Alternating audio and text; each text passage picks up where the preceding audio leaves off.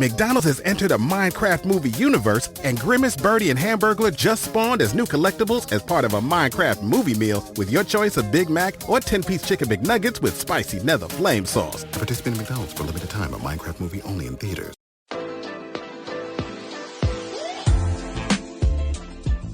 And so, being in this category as a Black woman and being featured as someone who is centering Black voices, Black culture, and Black wellness, I think it really pushes the envelope in how the media is taking us seriously. What's up, y'all? Thanks again for joining me for another episode of Behind the Mic, powered by REVOLT Podcast Network. Now listen, I have a very special episode for you all today. I'm sitting with none other than 2025 Webby nominee, Dr. Chanda Reynolds, host of Paging Dr. Chanda and friend of the show. Now, y'all heard what I said. 2025 Webby nominee. You heard that right. Actual Webby. And while the world is just now catching up to the work that she's done, her work has been speaking for itself the whole time. I want to remind you all, we need you to vote. The last day to vote is April 17th, but don't wait till the last day. Visit vote.webbyawards.com and search for Paging Dr. Chanda. That's Chanda. And let's make sure that she gets that vote. Now let's relive the moment when Dr. Chanda found out that she was a 2025 Webby nominee. Well, I feel like I was in disbelief because when I got the text message, I'm like, I thought y'all were saying like I was submitted. So I'm like, yeah, y'all already told me that y'all was submitting, but what do you mean nominated? I was not expecting it. So I had ended up calling Wise because he sent the text and I'm like, yo, do you mean I'm submitted or nominated? Because I already knew y'all was submitting me. He was like, no, you're nominated. So it literally was like just a surreal moment. I honestly wasn't expecting it. It was not something that was even on my radar. It would have been dope to be nominated, but like, I know that this is a huge award and thousands of people submit for it. So I was just grateful and in disbelief. So now that it's official, let's talk about the episode that got denied. A live conversation with Keke Palmer hosted at the Wilmington Public Library. Now, if you know anything about Keke, y'all already know the vibe. I think hilarious and healing is the perfect way to describe that episode.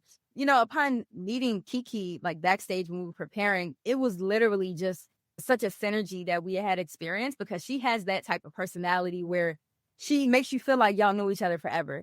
And so it was very seamless and easy for us to be able to have an open and honest conversation, literally about us, about women, about challenges that she's experienced in her life, relationships, motherhood.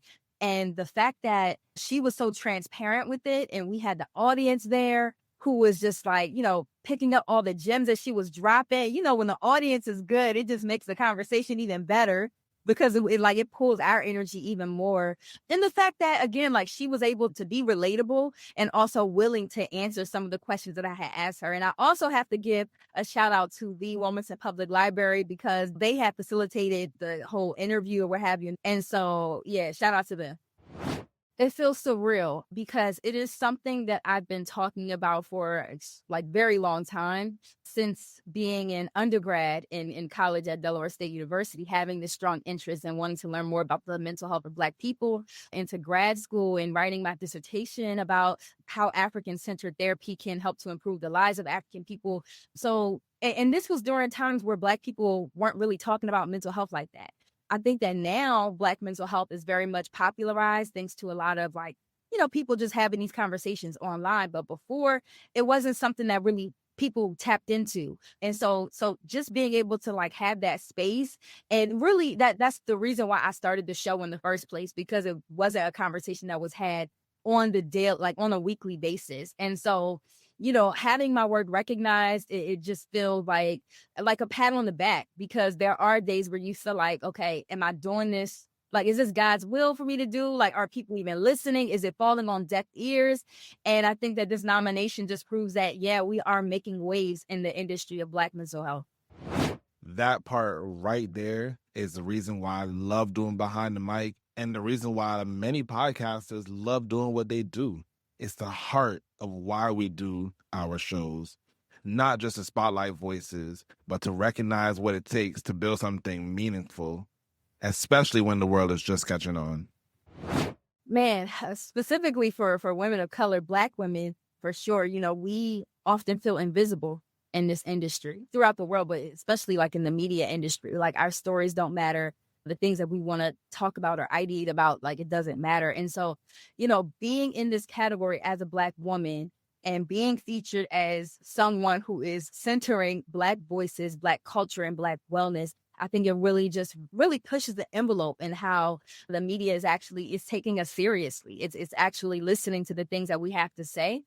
I really do hope that this opens doors for a lot more mental health professionals or advocates and people who do want to talk about these topics, because sometimes I feel like psychologists, we get a bad rap for feeling like a lot of people feel like we can't talk to people on their level when in the media space, like we always come with the research and the stats, and we do that. We have the vocabulary, but also we can be down to earth and offer conversations that are digestible to the general public. So I hope that this nomination, really shared that we can do both. We don't have to be boxed into the therapy room or the classroom, but we can also take up space in the media and entertainment space as well. So let's again shout out to Dr. Chanda for letting us witness this moment and for reminding us what's possible when purpose meets consistency. Go check out her episode with Keke Palmer if you haven't already.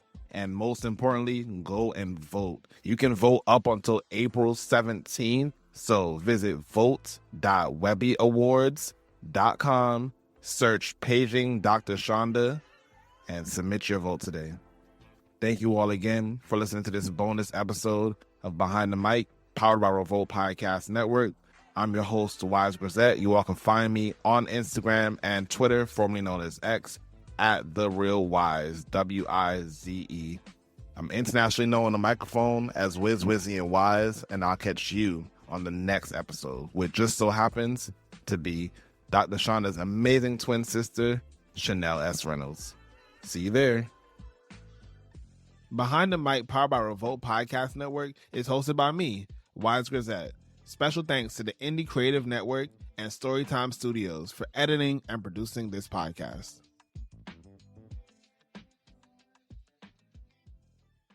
McDonald's has entered a Minecraft movie universe, and Grimace, Birdie, and Hamburglar just spawned as new collectibles as part of a Minecraft movie meal with your choice of Big Mac or 10-piece Chicken McNuggets with spicy nether flame sauce. Participate in McDonald's for a limited time. A Minecraft movie only in theaters.